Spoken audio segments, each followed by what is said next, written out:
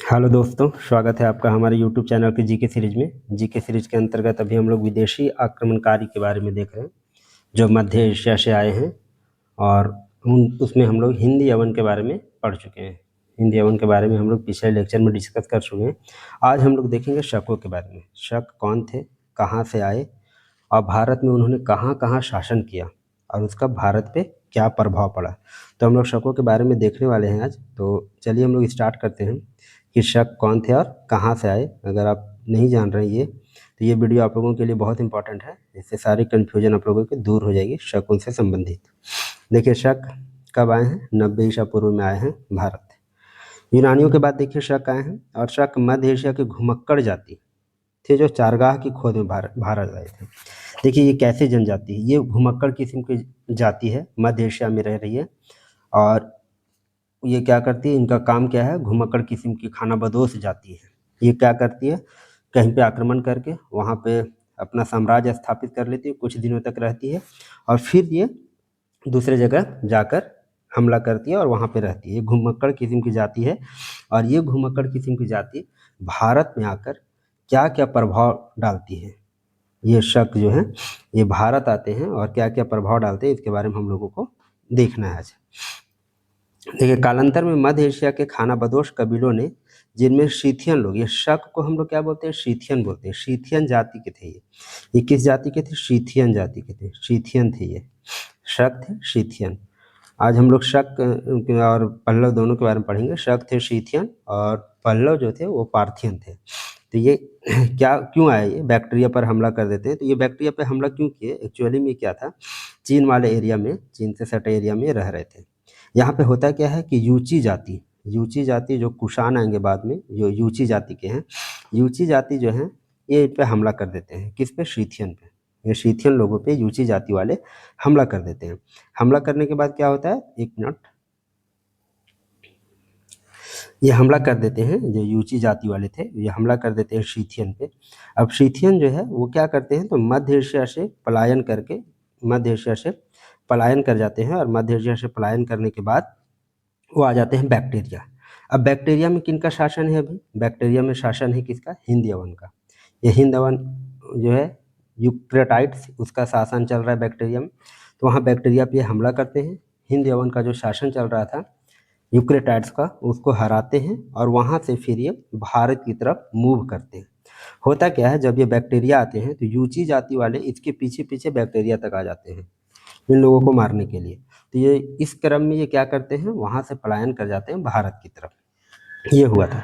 ये लोग चीन जा नहीं सकते थे। चीन क्यों नहीं जा सकते थे, क्योंकि वहाँ पे शी हुआंगटू 3री शताब्दी ईसा पूर्व में ये वहाँ पे चीन की विशाल दीवार बना लिया है।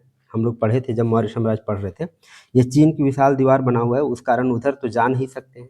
तो उनके लिए पश्चिम की तरफ ही बढ़ने का रास्ता था। वो किधर मूव करने लगते हैं, भारत की तरफ। भारत में बैक्टीरिया, देखिए बैक्टीरिया कहाँ है, तो बैक्टीरिया अफगानिस्तान में। आइए थोड़ा सा हम लोग मैप से देखते हैं बैक्टीरिया कहाँ है। देखिए ये है बैक्टीरिया, ये है बैक्टीरिया आपका। देखिए ये बैक्टीरिया है पूरा। यहाँ पे आते हैं, पहले यहाँ शासन करते हैं। देखिए आपको ये दिखेगा, यहाँ पे हिंदू कुश पर्वत है। ये हिंदू कुश पर्वत जो आपका इधर से हिमालय आता है, हिंदू कुश पर्वत ये बॉर्डर बनाता है दोनों। ये अफगानिस्तान वाला एरिया है बैक्टीरिया। वो आते किधर से हैं, इधर से वो आते हैं, मध्य एशिया तरफ से वो आते हैं। बैक्टीरिया आते हैं, बैक्टीरिया पे पहले आक्रमण करते हैं। उसके बाद वो, ये सिंधु नदी है, देखिए ये जो नदी देख रहे हैं आप, ये सिंधु नदी है। सिंधु नदी को पार करके ये फिर कहाँ घुस जाएंगे, तो ये घुस जाएंगे इंडिया में। अब इंडिया में कहाँ कहाँ ये जाएंगे, इंडिया में कहाँ कहाँ जाएंगे, इसके बारे में हम लोग देखते हैं आगे। ये प्राचीन भारत का मैप है। देखिए इंडो शीथियन किंगडम, ये इंडो शीथियन किंगडम है। सीथियन मतलब हो गया क्या, ये शक। सीथियन वही क्या है, शक है। इंडो सीथियन किंगडम है ये। देखिए कहाँ कहाँ इनका प्रभाव पड़ा है, भारत में मथुरा पड़ा है, पाटलिपुत्रा में भी थोड़ा प्रभाव पड़ा है। इनका सबसे ज़्यादा जो प्रभाव पड़ा है उज्जैन में पड़ा है। देखिए यहाँ भंडारा करके जगह है, पुणे तक इनका साम्राज्य फैल गया था। यहाँ तक उनका जो है ये शकों का एरिया था, ये शक का एरिया है। ये सिंधु नदी को पार करके, ये जो आप देख रहे हैं बीच वाला लाइन, ये सिंधु नदी जा रहा है। ये सिंधु नदी पार करके घुस जाते हैं यहाँ तक, पाटलिपुत्रा तक ये घुस जाते हैं। ये क्या है, तो इंडो सीथियन। इंडो पार्थियन के बारे में हम लोग बाद में देखेंगे, पार्थियन जब पल्लव आएंगे तब देखेंगे। तो इनका देखिए क्या कर रही है। सी हुआंगटी वहाँ पे 3री शताब्दी में दीवार बना दिया है, चाइना का महान दीवार बना हुआ है, जिसके कारण उधर तो वो जा नहीं सकते। तो उनके पास एक मात्र ऑप्शन है किधर आना, भारत की तरफ। भारत में सबसे पहले बैक्टीरिया भी आप लोगों को मैप में दिखा है, वहीं से सारे लोग बैक्टीरिया में आने के बाद ही वो भारत में प्रवेश किए, जिसके परिणाम स्वरूप सिथियनों को विस्थापित होकर भारत के इंडो ग्रीक भागों पर आक्रमण करना पड़ा। इंडो ग्रीक भाग कौन है, तो बैक्टीरिया है। इंडो ग्रीक मतलब क्या हो गया, इंडो ग्रीक मतलब क्या हो गया, तो हिंद यूनानी। क्या हो गया, हिंद यूनानी। इंडो सीथियन इसको बोलते हैं, जहाँ इंडिया का संबंध आ जाएगा। ग्रीक मतलब यूनानी हो गया, इंडिया का संबंध हुआ तो इंडो ग्रीक हो गया।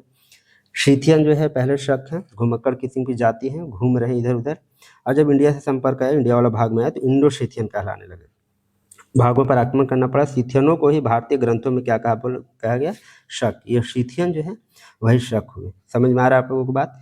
कहाँ से आ रहे हैं, तो मध्य एशिया से आ रहे हैं। बैक्टीरिया के यवन राज्य का अंत, ये अंत कर देते हैं, शक जाति का आक्रमण के द्वारा हुआ। और शक क्या हुए, तो 5 शाखाओं में बांट गए। क्या हुआ, जब बैक्टीरिया पे ये आक्रमण किए, वहाँ पे अपना कब्जा कर लिए।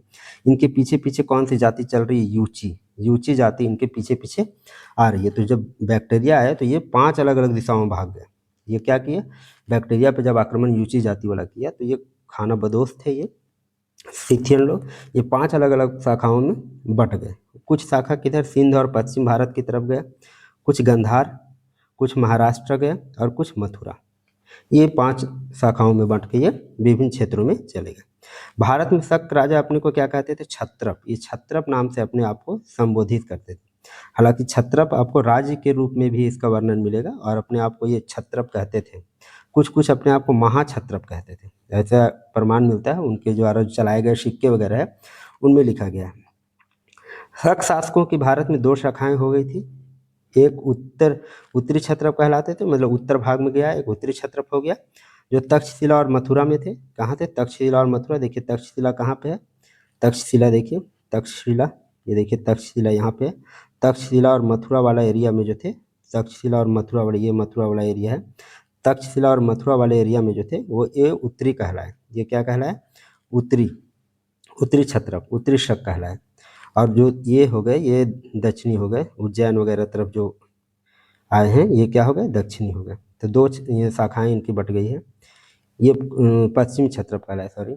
एक हो गया उत्तरी क्षत्रप, जो तक्षशिला और मथुरा की तरफ गए, और दूसरे हो गए पश्चिमी क्षत्रप, जो कहाँ गए, नासिक और उज्जैन गए। तो देखिए तक्षशिला में ये शासक का नाम है मज और मोग, मथुरा का है राजुल, और ये प्रथम शासक। तो यहाँ का कहानी ये है कि ये लोग जो है, वहाँ का स्थानीय राजा जो था, ये लोग को परास्त कर देता है। आगे थोड़ा बढ़ते हैं, लेकिन स्थानीय राजा इन लोगों को परास्त कर देता है, और इनका यहाँ पे शासन खत्म हो जाता है कुछ समय के बाद। तो इनका कुछ ऐतिहासिक दृष्टि से भारत पे इनको कुछ खास प्रभाव नहीं पड़ा, तक्षशिला और मथुरा वाले का। तक्षशिला कहाँ है पे, पाकिस्तान में, हालांकि वो पहले क्या था, भारत में था। तो ये वहाँ का स्थानीय राजा से इनका लड़ाई झगड़ा होता है, और यहाँ पे इनका वो कुछ खास प्रभाव नहीं पड़ता। सबसे ज़्यादा प्रभाव किसका पड़ता है, तो उज्जैन वाले। सबसे ज़्यादा उज्जैन का जो है, उज्जैन के जो शक थे उनका भारतीय राजनीति पे बहुत ही गहरा प्रभाव पड़ा है। उज्जैन का ही है रुद्रदामन प्रथम, जिसका जूनागढ़ अभिलेख हम लोग पढ़ते हैं। तो रुद्रदामन जो प्रथम है वो भी शक राजा है, और जिसका जूनागढ़ अभिलेख काफ़ी महत्वपूर्ण अभिलेख है, जिन्होंने संस्कृत में पहली बार अभिलेख लिखा था। ये काफ़ी विद्वान भी था, इसके बारे में भी हम लोग आगे डिस्कस करेंगे। तो सबसे ज़्यादा प्रभाव पड़ता है उज्जैन का और नासिक वाले का। नासिक वाले का भी थोड़ा बहुत प्रभाव है। सबसे ज़्यादा प्रभाव अगर भारतीय राजनीति पे पड़ा है तो वो पड़ा है उज्जैन के शक का। तो हम लोग यही समझने की कोशिश करेंगे, मतलब 4 जगह शक गए हैं, तक्षशिला, मथुरा, उज्जैन और नासिक। ऐसा नहीं समझना है कि पूरे भारत में गए, ठीक है। तो ये 4 जगह गए, तो जिसमें तक्षशिला और मथुरा वाले का कुछ खास प्रभाव नहीं पड़ा। इसके बाद फिर पल्लव आएंगे, पल्लव जो आएंगे पार्थियन, वो तक्षशिला से फिर लोगों को हटा देंगे। इंडो बैक्टीरिया वाला, अफगानिस्तान वाला, पाकिस्तान वाला एरिया है, ये पाकिस्तान वाला एरिया है। अब उज्जैन और नासिक में क्या प्रभाव पड़ा, देखिए नासिक के क्षत्रप अपने आप को क्या कहते थे, एक वंश छहरात वंश। क्या, किस वंश को चलाए थे, छहरात वंश को। नासिक के क्षत्रपों में 2 प्रसिद्ध शासक हुए, एक का नाम था भूमक और दूसरे का नाम था नहपान। ये 2 प्रसिद्ध शासकों के बारे में जानकारी मिलती है, कहाँ, नासिक के बारे में। वे अपने आप को क्या कहते थे, छहरात क्षत्रप, छहरात क्षत्रप कहते थे। छहरात वंश कहते थे खुद को, जो वो वंश चलाए, और अपने आप को कहते थे छहरात क्षत्रप। तांबे के सिक्के में भूमक ने अपने आपको क्षत्रप लिखा। अभी आप हम लोग पढ़े थे कि शक राजा खुद को क्या बोलते थे, क्षत्रप बोलते थे। ऐसा हम लोगों को जानकारी कहाँ से मिलता है, तो इनके द्वारा चलाया गया जो तांबा का सिक्का था उसमें अपने आप को क्षत्रप कहें। अभिलेखों से ज्ञात होता है कि नहपान का राज उत्तर में राजपूताना तक था। उत्तर में राजपूताना तक उनका साम्राज्य फैला हुआ था। उनके राज्य में काठियावाड़ गुजरात वाला एरिया, दक्षिणी गुजरात, पश्चिमी मालवा, उत्तरी कोंकण, पूना आदि ये सारा शामिल था उनके एरिया में। नहपान के हम लोगों को ऐसा ज्ञात होता है अभिलेखों से। नहपान के समय भड़ौच एक देखिए बहुत पूर्ण बंदरगाह था भड़ौच, जिसमें उज्जैन प्रतिष्ठान, आधुनिक नाम है उसका औरंगाबाद आदि से बहुत सा व्यापारिक सामान लाकर वहाँ पे एकत्र किया जाता था। ये किसका समय है, नहपान। मतलब ये जो शक आए उसमें हम लोगों को अंतर्राष्ट्रीय व्यापार की भी जानकारी मिलती है, क्योंकि एक बंदरगाह है भड़ौच बंदरगाह, वहाँ से ये क्या करते थे, व्यापारिक सामान लाकर वहाँ पर एकत्र करते थे और विदेशों को भेजा जाता था। मतलब अंतर्राष्ट्रीय व्यापार का भी प्रमाण मिलता है नहपान के समय पे। अपने राजरोहन के 18वें वर्ष में सातवाहन वंश के राजा गौतमी पुत्र शतकर्णी ने छाहरातों पर आक्रमण करके नहपान और उसके दामाद को मार डाला। देखिए क्या हुआ, गौतमी पुत्र शतकर्णी, सातवाहन वंश चल रहा है दक्षिण भारत में। देखिए सातवाहन वंश यहाँ पे चल रहा है दक्षिण भारत में। यहाँ का जो राजा है, इसकी राजधानी कहाँ थी, प्रतिष्ठान थी। यहाँ का जो राजा है यहाँ का कौन, यहाँ का राजा है गौतमी पुत्र शतकर्णी। गौतमी पुत्र शतकर्णी क्या करता है, तो इन पे आक्रमण कर देता है नहपान पे, और उसका जो नहपान पे आक्रमण करके इनको नष्ट कर देता है। तो इनका कहानी यहाँ पे खत्म हो जाता है नासिक वाले। अब नासिक के बाद आ जाते हैं उज्जैन के क्षत्रप। नासिक और उज्जैन के क्षत्रप। तो नासिक का क्षत्रप का इतना प्रभाव पड़ा शकों का, लास्ट में वो गौतमी पुत्र शतकर्णी का हाथों हार जाते हैं और उनका नहपान और उनका दामाद जो था ऋषभ दत्त, उनको मार दिया जाता है। कहानी इनका हो जाता है खत्म। अब देखिए उज्जैन के क्षत्रप जो अपने आप को क्या बोलते हैं, कार्धमक वंश। कौन सा वंश स्टार्ट करते हैं यहाँ पे, तो कार्धमक वंश। नहपान कौन सा वंश स्टार्ट किया था, छहरात वंश। और ये कौन सा वंश स्टार्ट करते हैं, कार्धमक वंश स्टार्ट करते हैं, कार्धमक वंश। देखिए मालवा के शक क्षत्रपों का एक अन्य कुल भी है जो शासन करता था, अन्य कुल है जो शासन कर रहा है, जिनका प्रथम शासक कौन है, चस्टन। ये देखिए मालवा को जो शक क्षत्रप थे उनका दो कुल है, एक तो नासिक में कर रहे हैं और दूसरा है जो है उज्जैन में शासन कर रहा है, जिसका प्रथम शासक कौन है, चस्टन है। उज्जैन के क्षत्रपों में सबसे प्रसिद्ध रुद्रदामन प्रथम, यही रुद्रदामन प्रथम जो है भारतीय राजनीति में बहुत इसका महत्वपूर्ण स्थान है। रुद्रदामन प्रथम का यही भारतीय राजनीति में महत्वपूर्ण स्थान रखता है, रुद्रदामन प्रथम, क्योंकि ये अभिलेख वगैरह भी बनवाया है। सुदर्शन झील जो मौर्यों के द्वारा बनाया गया उसका भी जीर्णोद्धार कराया है। तो इनका काम बहुत सराहनीय माना जाता है। ये बहुत सारा अच्छा काम किया, भारतीय लोगों से ये मिलजुल के रहे और बहुत ज़्यादा ये मतलब अपने आप को वर्चस्व दिखाने के लिए यहाँ पे भारतीय समाज में वो चाहते थे कि उन्हीं के अकॉर्डिंग रहे, उन्हीं के अकॉर्डिंग काम करे, ताकि वहाँ के लोग उनको पसंद करें। ये था रुद्रदमन। ये काफ़ी विद्वान आदमी था, बहुत विद्वान था, संस्कृत वगैरह का भी ज्ञाता था। संस्कृत का पहला अभिलेख इसी के समय में मिलता है, रुद्रदामन प्रथम के समय में। अब ये आगे इसको देखते हैं कहानी कि रुद्रदामन प्रथम के ये जो शक वंश है ये कैसे खत्म होंगे। चंद्रगुप्त विक्रमादित्य जो है गुप्त शासक वाला, वो खत्म करेगा। भारत में सबसे प्रसिद्ध शक शासक रुद्रदामन प्रथम। यही रुद्रदामन प्रथम हम लोग हमेशा हिस्ट्री में पढ़ते हैं। तो रुद्रदामन प्रथम कौन है, तो शक शासक है, जो कहाँ घुमक्कड़ किस्म का जाति शीथियन है, मध्य एशिया से भागते भागते ये आ गया है अभी उज्जैन, और उज्जैन में ये शासन कर रहा है। रुद्रदामन के जूनागढ़ अभिलेख से प्रतीत होता है कि पूर्वी पश्चिमी मालवा, द्वारका के आसपास का प्रदेश, गुजरात चले जाइए, सौराष्ट्र, कच्छ, सिंधु नदी का मुहाना, उत्तरी कोंकण, मारवाड़ आदि प्रदेश उनके राज्य में सम्मिलित है। ये इतने सारे क्षेत्र में ये सौराष्ट्र, कच्छ, सिंधु नदी का मुहाना तक ये अपना कब्जा में रखा हुआ है। ये कैसे पता चलता है, तो जूनागढ़ अभिलेख से पता चलता है। कौन बनाया है, तो रुद्रदामन। किस भाषा में, संस्कृत भाषा में, बिल्कुल याद रखेंगे।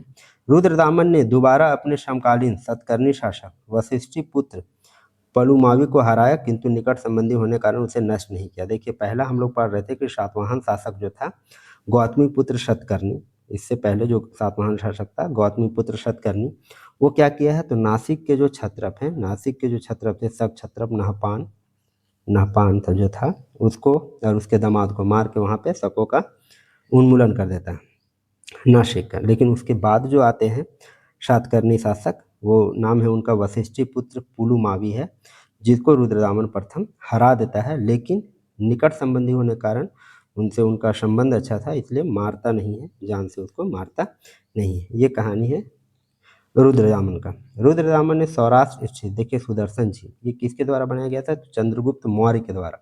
सौराष्ट्र में स्थित है सुदर्शन झील का जीर्णोद्धार अपने गवर्नर विशाखा दत्त जो है इसका अपना गवर्नर है कि देख रेख में कराया था, और ये अपने खर्चे से भी कराया था।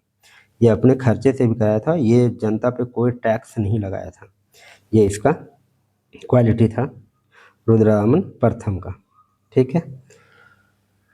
यह झीलों को मौर्यों के समय में सिंचाई के लिए लंबे समय तक इस्तेमाल होती थी। मौर्य समय से ही चल रहा था, तो उसके बांध वगैरह में कुछ प्रॉब्लम हो गया था, तो उसका वो जीर्णोद्धार कराया था, उसको मरम्मत कराया था। रुद्रदामन देखिए व्याकरण, राजनीति, संगीत एवं तर्कशास्त्र का पंडित था। ये बहुत ही विद्वान आदमी था ये रुद्रदामन। उसका जूनागढ़ या गिरनार अभिलेख, जूनागढ़ अभिलेख बोलिए, गिरनार अभिलेख शुद्ध संस्कृत में है। देखिए संस्कृत का भी यहाँ पे चलन स्टार्ट हो गया, ये शकों का देन है। शुद्ध संस्कृत में जूनागढ़ अभिलेख है। इसके पहले सभी प्राचीन अभिलेख किस भाषा में थे? तो प्राकृत भाषा में। और ये जो है किसमें किया है? तो संस्कृत भाषा में अपना अभिलेख किया है। इस अभिलेख की जानकारी मौर्योत्तर काल वाले सेक्शन में हम लोग पढ़े हैं जूनागढ़ अभिलेख के बारे में। रुद्रदामन ने अभिलेखों में संस्कृत भाषा, देखिए अभिलेखों में भी मतलब ये तो हम ही पढ़ ही रहे हैं, जूनागढ़ अभिलेख संस्कृत भाषा का प्रयोग किया, किंतु सिक्का जो बनाया सिक्का में प्राकृत भाषा, अभिलेखों में संस्कृत भाषा, सिक्का में प्राकृत भाषा। ये चाह रहा था कि यहाँ पे भारतीय समाज से वो घुल मिलकर रहें। रुद्रदामन के पश्चात शक साम्राज्य की शक्ति ह्रास प्रारंभ हो गया। ये रुद्रदामन का काम है। इसमें सबसे इम्पोर्टेंट आप लोग याद रखेंगे जूनागढ़ अभिलेख संस्कृत भाषा में है, ये उसको गिरनार अभिलेख भी बोलते हैं। सुदर्शन झील का ये मरम्मत कराए, ये आप लोगों के लिए बहुत ही की पॉइंट है एग्जाम के लिए। इस वंश का अंतिम राजा देखिए रुद्र सिंह तृतीय था। चंद्रगुप्त विक्रमादित्य ने रुद्र सिंह तृतीय, अब चंद्रगुप्त विक्रमादित्य कौन है? तो ये है गुप्त वंश, गुप्त वंश का शासक है। रुद्र सिंह तृतीय को मारकर पश्चिमी क्षत्रपों को राज्य को गुप्त साम्राज्य में मिला लिया। ये पश्चिमी क्षत्रप का जो राज्य था, शकों का राज्य, उसको वो गुप्त साम्राज्य में मिला लिया। ये तो हम लोग अभी पढ़ रहे हैं मध्य एशिया का हलचल, मध्य एशिया से कैसे लोग आ रहे हैं। अब भारत में भी क्या है, गुप्त साम्राज्य, सातवाहन वंश, शुंग वंश, ये भी हम लोग पढ़ेंगे आगे का क्लास में। तो ये अभी मध्य एशिया के बारे में पढ़ रहे हैं, तो वहाँ से लोग आए। चंद्रगुप्त विक्रमादित्य जो उस समय गुप्त साम्राज्य का यहाँ निर्माण हो चुका है, वो क्या करता है, रुद्र सिंह तृतीय को मार देता है, पश्चिमी क्षत्रप को गुप्त साम्राज्य में मिला लिया। मौर्य साम्राज्य के बाद अगर कोई साम्राज्य था जो विशाल हुआ, वो गुप्त साम्राज्य था। चंद्रगुप्त ने शकों को खदेड़ने के पश्चात विक्रम संवत चलाया। हालांकि इसमें बहुत कन्फ्यूजन है। विक्रम संवत एक्चुअली में 57 ईसा पूर्व में चलाया गया। उस समय उज्जैन का एक शासक था, स्थानीय शासक, जिसने विक्रमादित्य की उपाधि धारण की थी। जब पहली बार शक आक्रमण किए थे तो उसको हराया था और वो विक्रम संवत चलाया था। ये कहानी वहाँ का है। विक्रम संवत 57 वो ज़्यादा सटीक भी है विक्रम संवत। हालांकि ये इसके बारे में इतिहासकार मतभेद है इतिहासकारों में। ये कभी कभी लिखते हैं कि चंद्रगुप्त विक्रमादित्य जो था विक्रम संवत चलाया, लेकिन ऐसा नहीं है। 57 ईसा पूर्व में ही चला है, क्योंकि हम लोग जब भी विक्रम संवत निकालना होता है तो हम लोग क्या करते हैं, अभी का जो ईस्वी डेट चल रहा है उसमें 57 ईयर्स हम लोगों को ऐड करना पड़ता है, तो वो ज़्यादा प्रमाणिक है कि उज्जैन का स्थानीय शासक विक्रम संवत चलाया था। शकों ने देश के आंतरिक भागों में प्रवेश कर तक्षशिला, मथुरा, नासिक और उज्जैनी में अपने छत्रपंथ प्रतिष्ठित किए और पूर्णतः भारतीय हो गए। देखिए ये पूर्णतः क्या हो गए, भारतीय हो गए। अब यहाँ पे लोगों को हरा भी दिया गया था, तो भी ये भारतीय रीति रिवाज को फॉलो करने लगे और वहीं रहने लगे। कुछ देखिए बौद्ध धर्म को स्वीकार कर लिया और कुछ हिंदू धर्म स्वीकार कर लिए। ये शकों की कहानी है। घुमक्कड़ किस्म की आदिवासी जाति, और वो घुमक्कड़ किस्म के आदिवासी जाति में यूची जाति वाले आक्रमण करते हैं। यूची जाति वाले आक्रमण करते हैं तो भाग के वो चीन की दीवार वहाँ बने होने के कारण वो भागते हैं भारत की तरफ। बैक्टीरिया आते हैं अफगानिस्तान में, हिंद यवन को हराते हैं, और हिंद यवन जब आ जाते हैं वहाँ, बैक्टीरिया जब आ जाते हैं, तो फिर यूची जाति वाले उस पर आक्रमण करते हैं। वो 5 शाखाओं में बांट के भारत घुस जाते हैं। अब भारत घुसने के बाद वो 5 जगह, मथुरा हो गया, उज्जैन हो गया, नासिक हो गया और तक्षशिला में वो अपना शासन करते हैं। जिसमें से उज्जैन का जो शासक है रुद्रदामन प्रथम, वो आप लोगों के लिए बहुत इंपॉर्टेंट है, और यहाँ से आप लोगों का शक जो है वो खत्म हो गया। उसके बाद देखिए पल्लव वंश। ये पल्लव कौन है? पार्थियन वंश। ये कहाँ से आ रहे हैं? ये आ रहे हैं ईरान से। एक्चुअली में क्या है कि वहाँ पे सिकंदर के समय इसको समझने का कोशिश कीजिए। सिकंदर के समय एक सेलूसिड साम्राज्य था, सेलूसिड साम्राज्य, जहाँ पे ये पार्थियन रहते थे और वो लोग क्या किए थे, अपने आप को अलग कर लिए थे सिकंदर से। देखिए हम लोग देख रहे हैं, आप लोग मैप में इंडो पार्थियन, ये देखिए इंडो सीथियन किंगडम था, देखिए इंडो पार्थियन, ये इंडो पार्थियन है। ये कहाँ तक आए हैं, देखिए ये यहाँ पे इंडो सीथियन उज्जैन में है, मथुरा, ये तो बाहर ही रह गए, मतलब भारत में इनका बहुत ज़्यादा प्रभाव नहीं पड़ा, वो मूल भारत जो बोलते हैं वहाँ पे उनका प्रभाव नहीं पड़ा। ये देखिए उसमें कौन कौन किंगडम चल रहा है, चोला है, सातवाहन है, यहाँ पे कन्नो वंश यहाँ चल रहा है, ये हम लोग एक एक करके डिटेल से देखेंगे। देखिए पार्थियन एम्पायर है, पार्थियन एम्पायर है, पूरा ईरान वाला एरिया, यहाँ से देखिए ये यहाँ तक ये एम्पायर फैला लेते हैं, ये पूरा एम्पायर को फैला के देखिए पार्थियन एम्पायर। ये भारत में जब आए तो पल्लव कहलाए, इंडो पार्थियन बोलिए या पल्लव बोलिए, भारत का, ये भारत का एरिया है। ये पूरा एरिया जो है उधर का ईरान वगैरह का एरिया है, तुर्कमेनिस्तान, ईरान उधर का एरिया है, तो उधर शासन कर रहे हैं। ये भारत में ये एरिया में वो तक्षशिला वगैरह में अपना राजधानी बनाते हैं, तो यहाँ तक उनका इम्पैक्ट पड़ा, तो ये पल्लव वहाँ तक आते हैं, भारत में बहुत ज़्यादा ये अंदर तक नहीं घुसते हैं। आइए इनके बारे में देख लेते हैं। भारत में पश्चिमोत्तर में शकों के आधिपत्य के बाद पार्थियाई लोगों का शासन स्थापित हुआ, पार्थियाई लोग अपना शासन स्थापित किए। प्राचीन भारत में अनेक संस्कृत ग्रंथों में शक और पार्थियाई लोगों को एक साथ उल्लेख, मतलब शक पल्लव का उल्लेख एक साथ मिलता है, मतलब जब शक शासन कर रहे थे उसमें पल्लव भी आ गए थे। लेकिन वो किधर कर रहे थे शासन, वो कर रहे थे तक्षशिला की तरफ, बैक्टीरिया की तरफ, इसलिए भारत में ज़्यादा प्रभाव इनका आपको देखने को नहीं मिलेगा। पार्थियाई लोगों का मूल निवास स्थान कहाँ है, ईरान। ये कहाँ से आ रहे हैं, तो ईरान से आ रहे हैं। सारे को आने का एक ही प्रॉब्लम अथी था, रीजन था कि वो जान रहे थे कि यहाँ पे राजनीतिक सत्ता जो है बहुत कमज़ोर हो गई थी, मौर्य साम्राज्य में ऐसा हिम्मत किन्हीं के पास नहीं हो पाया था, तो ये समझ गए थे कि वहाँ पे राजनीतिक सत्ता कमज़ोर हो गई है और इसके कारण ही तुगलक आएंगे, सल्तनत वाले आएंगे, अंग्रेज आएंगे, सारे का रीजन एक ही था कि वो राजनीतिक सत्ता जब जब कमज़ोर हुई है तब तक विदेशी आक्रमण हुआ है। भारत का प्रथम शक विजेता देखिए माउस नाम था, हम लोग देखे थे, पहला शक विजेता जो शक शासक था माउस था, 85-60 ईसा पूर्व में, जितने कहाँ गंधार और पश्चिमी पंजाब, मतलब अभी मूल भारत देखें तो उसमें नहीं, वो गंधार वाले एरिया में, अफगानिस्तान वाले एरिया में, पाकिस्तान वाले एरिया में अपना आधिपत्य किया था। गंधार प्रदेशों में प्राप्त सिक्कों में इसका नाम खरोष्टी लिपि में मोय और यूनानी लिपि में मौस लिखा गया है। खरोष्टी लिपि में मोय लिखा गया, यूनानी लिपि में मौस लिखा गया। मौस के बाद एजिस प्रथम गद्दी पर बैठा। अब मौस के बाद कौन आया है, ये शक के बारे में पढ़ रहे हैं कि एजिस प्रथम गद्दी पर बैठा। उसने अपने सिक्कों पर अपने साथ साथ स्पेलियरिश, इनका डैडी का नाम है, स्पेली रिशेष जो इनका डैडी का नाम है, उनका भी वो अंकन कराया एजिस प्रथम। ये बहुत इंपॉर्टेंट नहीं है आप लोगों को एग्जाम के लिए, रुद्रदामन प्रथम आप याद रखिएगा। एजिस प्रथम के बाद उसका पुत्र जो है एजी लाइसेस गद्दी पर बैठा। तत्पश्चात एजी लाइसेस का पुत्र एजिस द्वितीय ये बना है शक राजा। पल्लव शक्ति का वास्तविक संस्थापक आप याद रखिएगा मिथ्रेडेट्स प्रथम। कौन है, मिथ्रेडेट्स प्रथम जो है पल्लव शक्ति का वास्तविक संस्थापक है, ये आप याद रखिएगा, जो यूक्रेटाइड्स का समकालीन था। यूक्रेटाइड्स कहाँ शासन कर रहा था, तो यूक्रेटाइड्स सेलुकस चतुर्थ का सेनापति, जो बैक्टीरिया आया था अपने जीजा को मारने, कहानी आपको याद होगी हिंदवन के बारे में। अब देखिए इसका सबसे महान राजा जो है वो बना गोंडो फर्निज। और गोंडो फर्निज क्या करता है, क्या इनका प्रभाव इम्पैक्ट पड़ा है भारत पे, ये हम लोग देखने का कोशिश करते हैं। पल्लव वंश का सबसे प्रतापी शासक कौन है, गोंडो फर्निज था, जिसकी राजधानी देखिए तक्षशिला थी। तक्षशिला मतलब अभी मूल भारत में नहीं है, लेकिन उसमें पूरा भारतीय साम्राज्य फैला हुआ था, तक्षशिला थी पाकिस्तान वाले एरिया में। खरोष्टी लिपि में उत्कीर्ण तख्त बेही अभिलेख में इसे गदुवहर कहा गया है। फारसी में इसका नाम विंद फर्न था। फारसी में इसका नाम क्या था, तो विंद फर्न नाम था इसका, फारसी में विंद फर्न नाम था, जिसका अर्थ था यश और विजयी। गोंडो फर्निस याद रखिएगा, क्वेश्चन पूछा जाएगा, गोंडो फर्निस किस वंश का शासक था, तो किस वंश का था, पल्लव वंश का। ये आप लोग ध्यान रखिएगा, इससे बहुत ज़्यादा क्वेश्चन आप लोगों का नहीं बनेगा। गोंडो फर्निस के शासनकाल में ही देखिए ये इंपॉर्टेंट क्वेश्चन है, सेंट टॉमस आया था भारत। वो क्यों आया था, तो ईसाई धर्म का प्रचार करने के लिए सेंट टॉमस भारत आया था 57 ईस्वी में, गोंडो फर्निस के शासनकाल में ही आया था।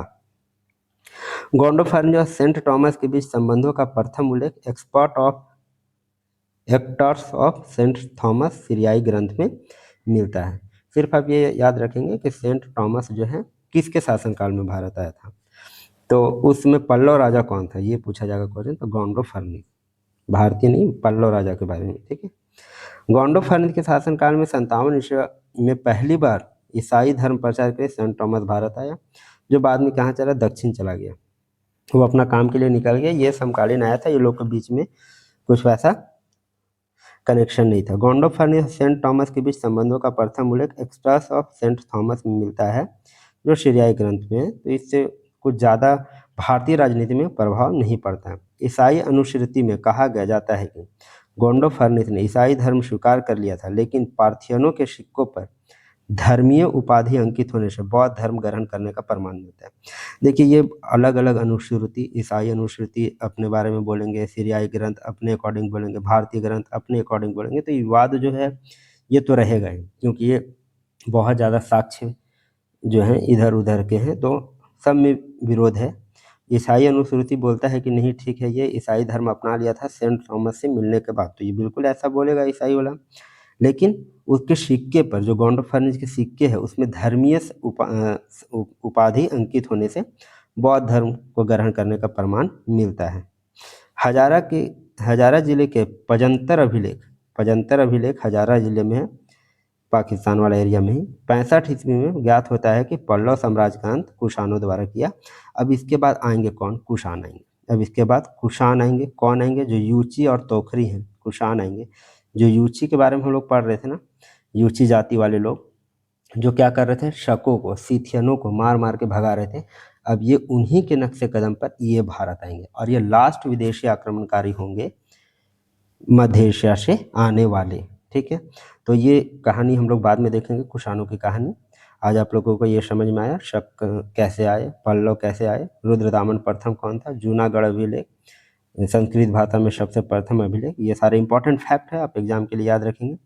अगर आप एग्जाम की तैयारी कर रहे हैं तो बिल्कुल ये सारे फैक्ट को याद रखें, और जल्दी से जल्दी आप लोगों को सफलता मिले, पढ़ाई बिल्कुल जारी रखें। तो ठीक है, आप लोगों को अगर वीडियो पसंद आ रही है तो चैनल को सब्सक्राइब करें, दोस्तों तक शेयर करें, और लाइक करना बिल्कुल ना भूलें। Thank you.